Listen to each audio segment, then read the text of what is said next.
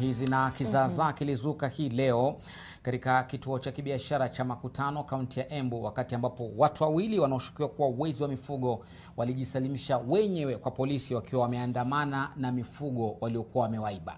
Na hii ilitokea baada ya mmoja wao walioiba mifugo kutafuta usaidizi kutoka kwa mganga wa kienyeji ili kupata ng'ombe wake. Ripota wetu Margaret Kimathi alishuhudia na akaandaa taarifa hii.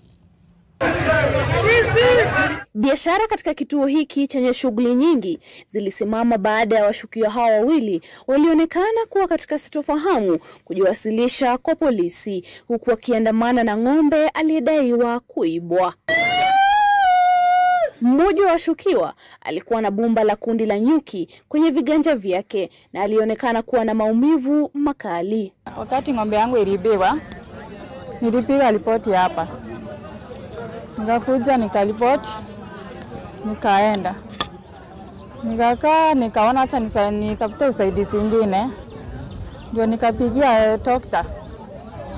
Nikakuja, tukaongea na yeye akanipa dawa, nikaenda nikaweka, akaniambia niongoje. Kizaazaa zaidi kilizuka pale mwanaume aliyekuwa amevalia vazi jekundu na ambaye inasemekana kuwa mganga alijitokeza na kutaka kuonana na mwenye ng'ombe huyo. Muda mfupi baadaye, mwanamke wa makamu alijitokeza na kuangaza kipande cha karatasi ili kudhibitisha kwamba alikuwa ametoa ripoti ya ng'ombe aliyeibiwa katika kituo cha polisi siku ya Jumatatu. Sikia vizuri. Nafurahia ng'ombe yangu imepatikana, imerudi. Sije na kitambea leo nasikianga, lakini leo nimekubali kujionea.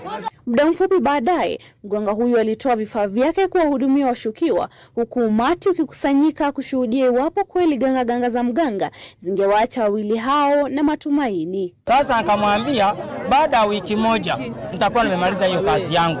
Sasa wewe shika hii dawa, oende weke mahali ng'ombe imefanya nini? Imeibiwa. Ukiweka ukisikia kama watu mahali wamepata hiyo ng'ombe, unipigie simu nikuje niwatengenezee, kwa sababu watu wakikuja hawezi kukua nomo. Unanipata? Kwa sababu mimi nikituma zile vitu zangu kushika watu watakuwa nomo. Washukiwa hao walisalia katika kituo cha polisi kupambana na mkondo wa sheria. Margaret Kimathi, NTV.